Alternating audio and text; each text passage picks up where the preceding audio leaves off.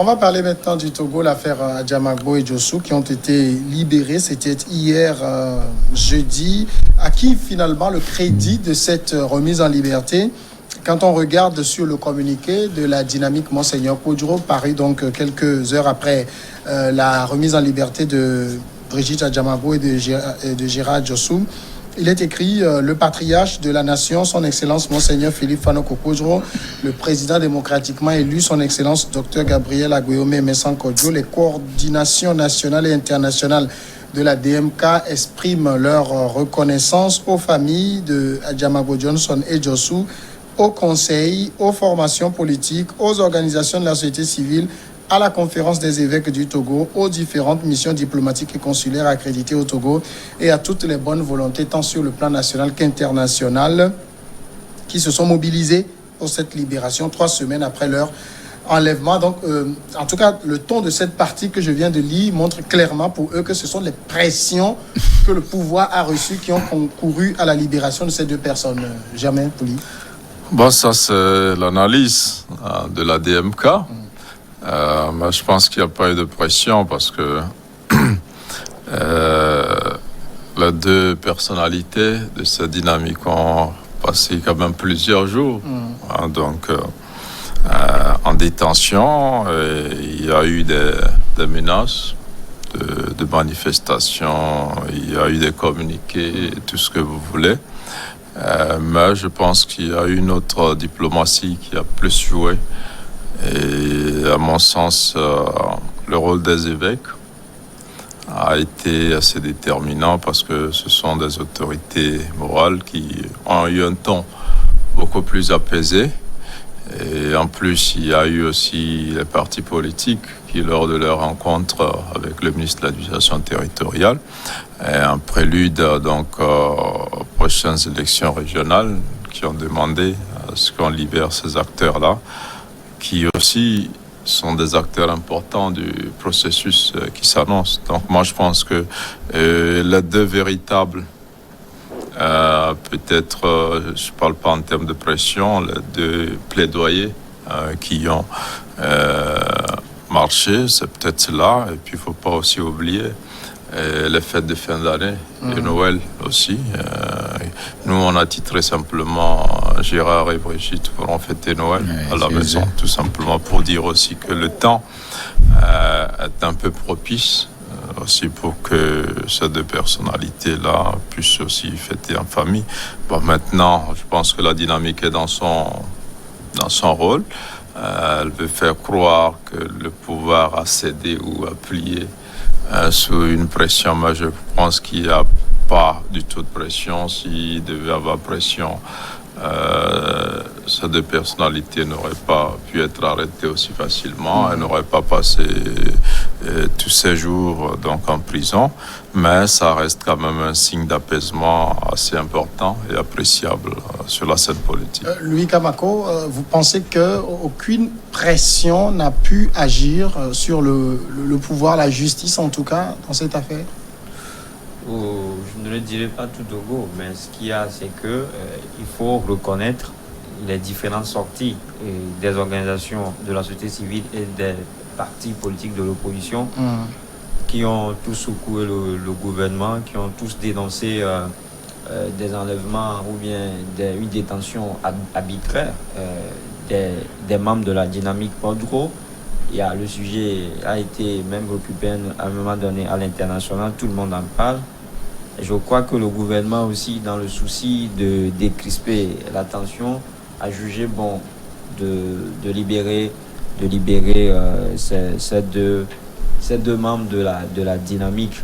Mais ce qu'il y a, c'est que, peu importe ce qu'on dit, il faut reconnaître que la pression a beaucoup pesé dans la balance. Parce que, je le dis, parce que pour ceux qui connaissent notre pays, ou bien pour ceux qui ont une fois lu Je suis signé Cardiaque de Soni Lavoutansi, si vous avez connu une république qu'on appelle le Lebango, dans cette république-là, quand on t'arrête, donc dis-toi que peu importe ce que tu diras, peu importe l'avocat que tu vas présenter, on te trouvera forcément une tension. C'est-à-dire qu'on t'arrête et puis on te corde des sanctions et ça t'ira à merveille. Maintenant, si on n'a pas assisté, si on n'est pas arrivé Jusque-là, cette fois-ci, c'est parce qu'à un moment donné, comme je l'ai dit, la pression avait pesé et aussi nous sommes en fin d'année. Le pouvoir ou bien le gouvernement a pensé qu'il faut vraiment une fin d'année tranquille au pays. C'est-à-dire on a déjà beaucoup de problèmes. Il y a la crise du coronavirus qui nous secoue et qui cause énormément de problèmes. On ne va pas en rajouter. Et donc je crois que beaucoup de voix qui se sont levées, beaucoup de dénonciations, c'est vrai qu'il y a un parti politique qui parlait de la farandole insidieuse, de pas de toutes ces sorties-là, même si c'est vrai que derrière il y a de l'hypocrisie. Mais il faut reconnaître que tout cela a un effet. Nous sommes en politique, quand il y a de la pression, c'est-à-dire que pour un pouvoir responsable et qui est prévoyant, et il ne va pas loin, c'est-à-dire il ne pousse pas le bouchon très loin. Je pense qu'au-delà de tout, il faut saluer cette libération que je dis, c'est vrai qu'elle est provisoire, c'est-à-dire que Adjamagbo et Djossou ne sont pas encore tirés d'affaire, mais jusque-là, il faut le saluer. Ce qu'il y a maintenant, on attend, soit le procureur de la République va abandonner les charges reconnues contre eux, ou bien il va montrer les preuves qui justifient vraiment qu'ils sont vraiment, ils sont ceux-là qui portent atteinte à la sécurité intérieure de l'État, ou bien ils font partie de groupements de malfaiteurs. Donc, comme je le dis, je pense que et la pression et la volonté du gouvernement de descriper la tension ont été en fait les maîtres mots de cette libération. Ces deux, Brigitte Adjamagbo Johnson et Gérald Djossou, étaient un peu comme des patates chaudes dans les mains de la justice. C'était des détenus encombrants. Non, enfin, même de revenir à votre question, je crois que je reviens un peu par rapport à ce qui a joué, milité en faveur de la libération, parlant de la pression des organisations de défense des droits de l'homme. Et Gemel disait tantôt, il parlait de la conférence des évêques et tout. Bon, contrairement à leur position, je dirais non, parce qu'aujourd'hui, la libération, si l'affaire qui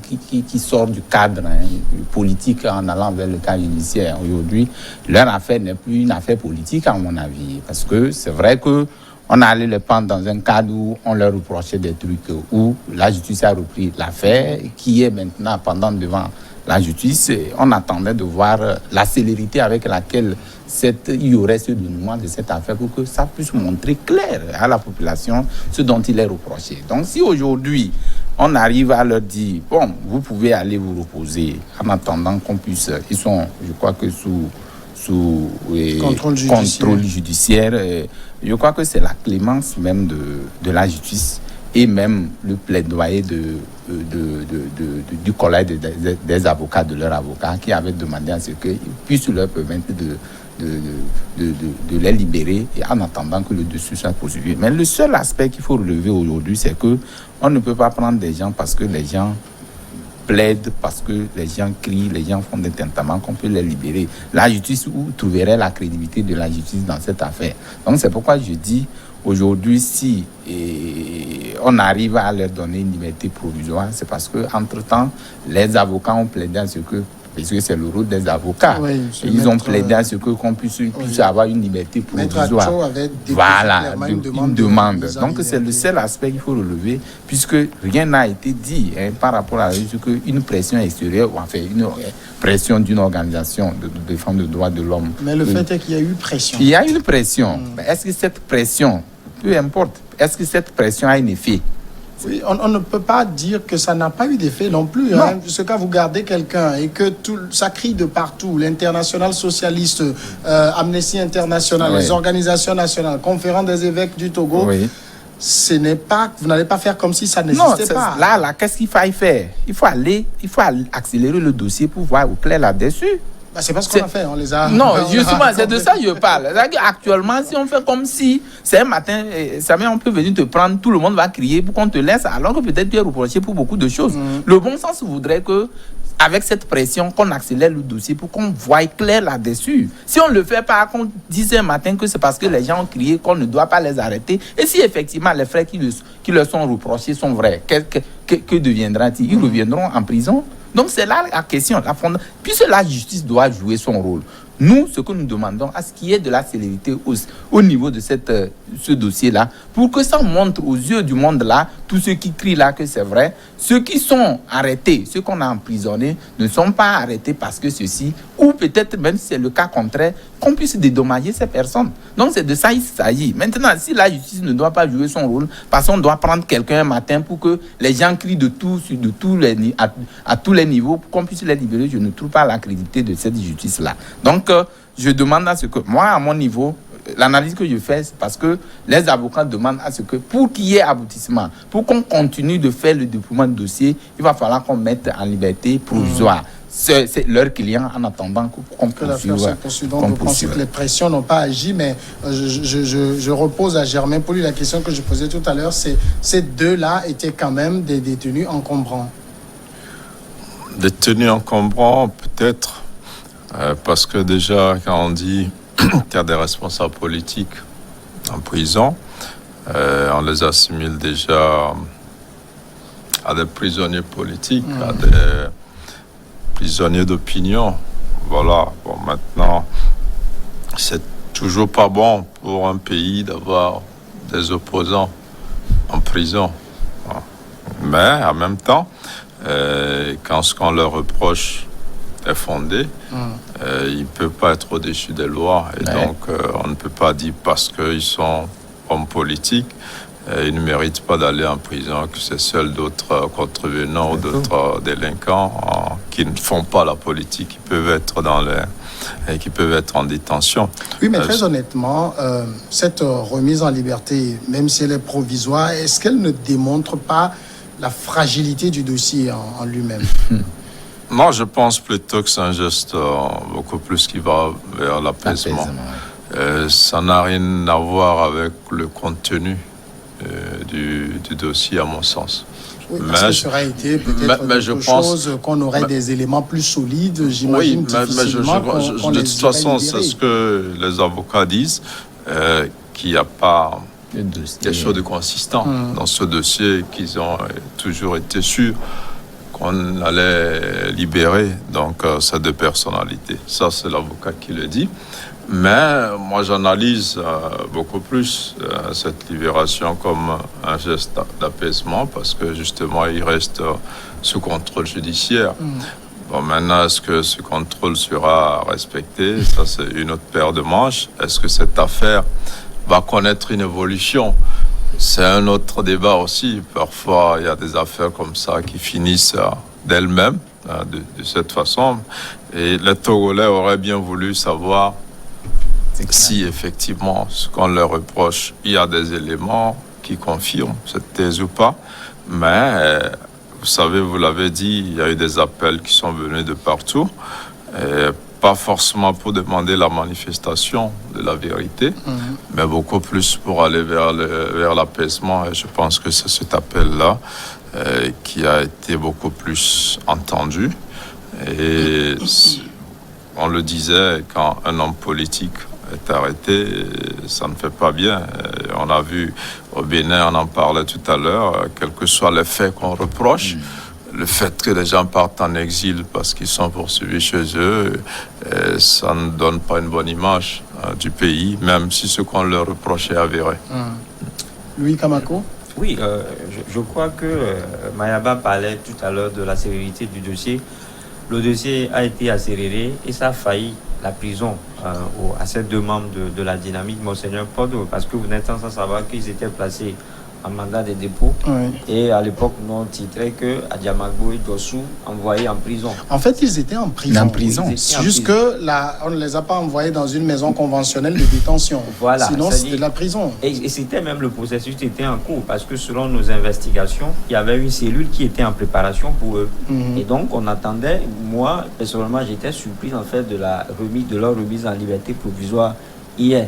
Donc ça veut dire que le processus était en cours et ça veut dire que tout est fait prêt pour que ces deux hommes-là ou bien pour que ces deux responsables-là soient jetés en prison. Et donc c'est pour ça que je dis que la pression aujourd'hui, la pression ça a payé. Peu importe ce qu'on dit, la pression ça a payé parce que le danger il est devant nous, tu l'as dit, Adjamagbo et Dossou ce sont vraiment deux patates en fait chaude dans la main du pouvoir. On a d'autres prisonniers politiques, on a d'autres détenus politiques en prison depuis. On aurait peut-être oublié le prophète Isaïe, qui est actuellement en prison parce qu'il aurait prophétisé. Il aurait fait une prophétie qui va à l'avantage de Guillaume Ekoljo, qui est en exil depuis longtemps. Il y a des détenus du Parti national panafricain, PNP, des détenus de l'ANC qu'on tente d'oublier. Mais aujourd'hui, si le gouvernement trouve qu'il faille rapidement libérer Adjamagbo et Djossou, c'est justement parce qu'il pense que là-bas, s'il ne le fait pas, il risque en fait d'incendier le pays et de nous amener en fait une fin d'année très très troublée.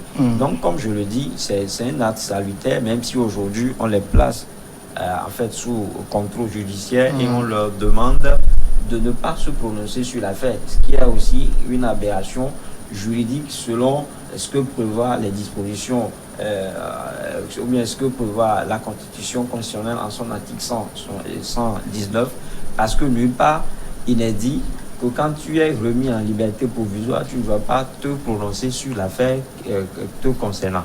Donc je pense que le fond de l'affaire.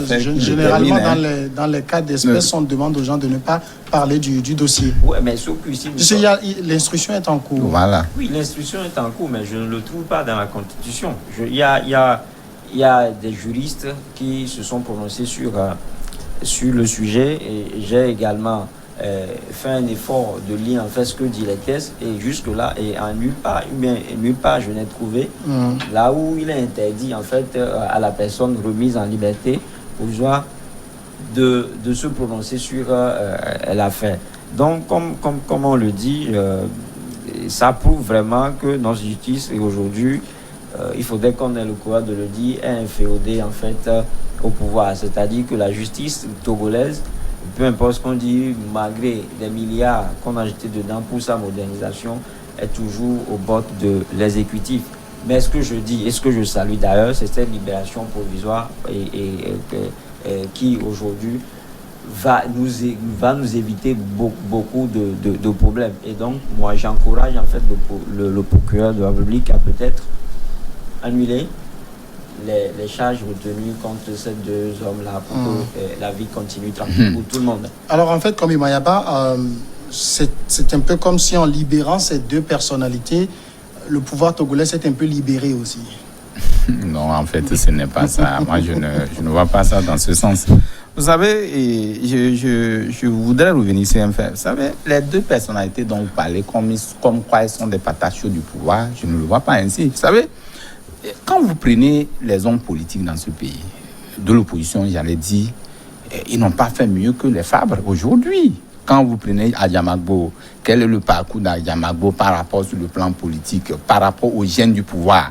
Sur le plan politique, je n'en vois pas. C'est vrai que c'était une dame qui était active dans certaines actions au niveau des coalitions. Puis au niveau de son parti pratiquement, à mon niveau, enfin, à mon avis, n'est pas un parti qui peut inquiéter le pouvoir et tout. Donc, si ce n'était pas surfer sur des coalitions, si ce n'était pas peut-être des regroupements, ou peut-être on la met devant pour tel et tel, je ne pense pas qu'il y a grand-chose. Aujourd'hui, quand vous prenez par exemple la DMK, qui fondamentalement aujourd'hui, je ne sais pas si le ministre de l'administration territoriale peut nous dire si cette appellation ou cette entité a une base légale pour nous parler de manifestation, c'est aussi une autre question que nous allons décrire. Ce que nous disons, c'est que c'est pas tant le profil de ces gens ou leur parcours qui a été l'objet de leur libération, mais c'est les pressions qui s'en sont suivies parce que le Togo, je sais que le Togo veut soigner son image à l'international. Lorsque vous prenez des gens et que ça commence par crier d'un peu partout,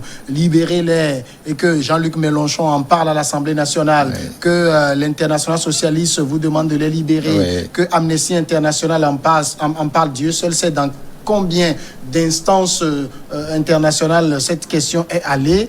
Je ne vois pas quel pouvoir resterait insensible à ces voix-là. Je suis d'accord avec vous, mais sauf que ce que le pouvoir, en fait, quand vous parlez du pouvoir, j'aurais pu parler de la justice. C'est là C'est que ce que même dit Kamako, l'un est confondu à l'autre. non, l'un n'est pas confondu à l'autre. Parce qu'aujourd'hui, c'est la justice qui est en train de faire son travail. Nous n'allons pas demander au pouvoir de les libérer, mais c'est la justice qui libère ces deux personnalités.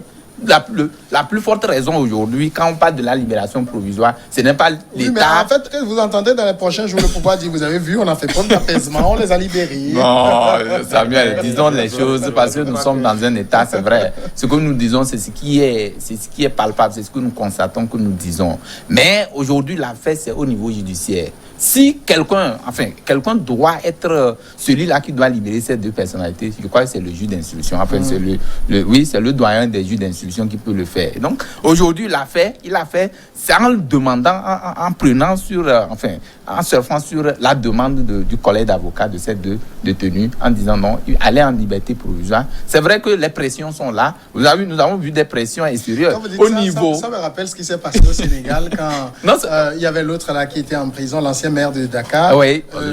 Khalifa Sall, et qu'il fallait le libérer. Le pouvoir cherchait le moyen de le libérer. Et puis, un autre avocat introduit une demande de grâce pour son client qui ne concernait pas Khalifa Sall. On a profité pour mettre Khalifa Sall sur la liste. Non, ce n'est pas le même cas. Oui, Ici, je vais terminer. Je vous dis qu'aujourd'hui, la justice, en fait, moi je le dis toujours, s'il faut prendre des gens et qu'il y ait des pressions qu'on les libère, la justice a failli dans sa mission. Parce qu'on aurait pu mettre beaucoup de moyens pour la réforme, ou pour la réforme de la justice qui n'a servi à rien.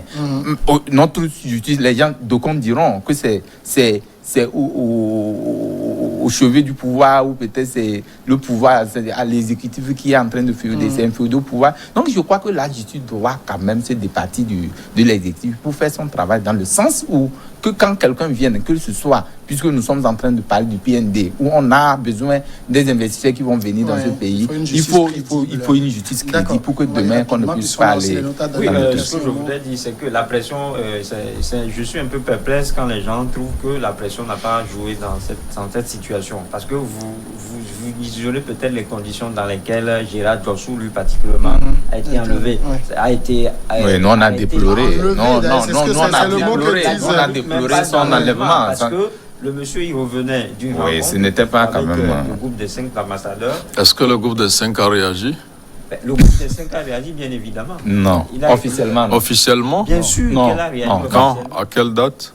Mais moi, je ne saurais vous donner. Non, officiellement, non. Nous, on n'a pas eu une réaction. C'est vrai que je n'ai pas vu de communiqué. Non, il n'y a pas un communiqué. Ils n'ont pas réagi. Oui. Voilà, le groupe de 5, c'est vrai quelqu'un qui n'a pas réagi. Voilà. Vous savez, dans ce genre de situation, c'est-à-dire qu'il y a le lobbying qui est important. C'est-à-dire les gens aiment travailler dans le couloir.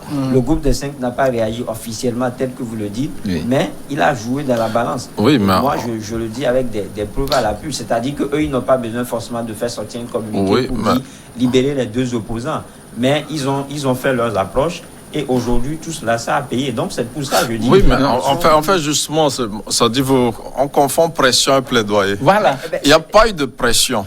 Non, il y a eu des plaidoyers. Le groupe des 5 a pu discuter de ça avec le gouvernement. En fait, vous et moi n'avons pas assisté peut-être à la discussion que le groupe de 5 a eu avec le pouvoir. Il y a des choses à faire. Par moment, on aime jouer au jeu franc. En fait. Non. Ce qu'on veut dire, qui est clair, que Mélenchon en parle à l'Assemblée. Il a même parlé des hélicoptères et tout ça. Mais je pense véritablement que ceux qui donnent la voix portée, il y a eu les évêques. Il y a eu les évêques, qui j'arrive. ont fait une déclaration officielle. Oui. Mais au-delà de ça, il y a des gens qui ont joué dans l'ombre. Voilà, donc maintenant, cette libération n'a rien à voir avec l'innocence des personnes qui sont libérées. C'est un geste d'apaisement, c'est-à-dire que les gens estiment qu'il faut laisser. Et à partir de ce moment, l'appareil judiciaire ne peut plus fonctionner. On a vu l'écart au Bénin avec Sébastien Jabin. Mais on l'a mis des pressions pas possibles. Les chefs traditionnels, les maires, les députés, tout le monde demandait sa libération. Patron et Patrick Talon a dit quoi? Mais ou vous voulez que la justice travaille, ou vous voulez qu'on fasse des arrangements, et il l'a libéré. C'est-à-dire qu'il y a des moments où la justice ne peut pas travailler. À partir du moment où les gens font des plaidoyers, ce sont des autorités. Vous voyez, les évêques, par exemple, sont des autorités morales qui vous demandent des choses. une libération sans chercher à savoir si les faits sont avérés ou pas. Il ne s'agit pas de demander d'accélérer pour voir s'il y a des éléments constitutifs de l'infraction. On demande aux gens, non, libérez-les pour l'apaisement, libérez-les pour l'image du pays, comme on en parle. Et donc, je pense que c'est ces plaidoyers-là qui ont marché plutôt que des pressions. Ça revient un peu à ce qu'on disait. Donc, peut-être dans cette affaire, la justice n'a pas totalement eu la main. C'est le politique qui a dit, bon, vous faites, et puis ils ont fait. Bon, de toute façon, il nous reste encore quelques minutes, le temps pour nous d'attribuer les nôtres comme nous le faisons chaque vendredi. Je donne la parole d'abord à Louis Kamako.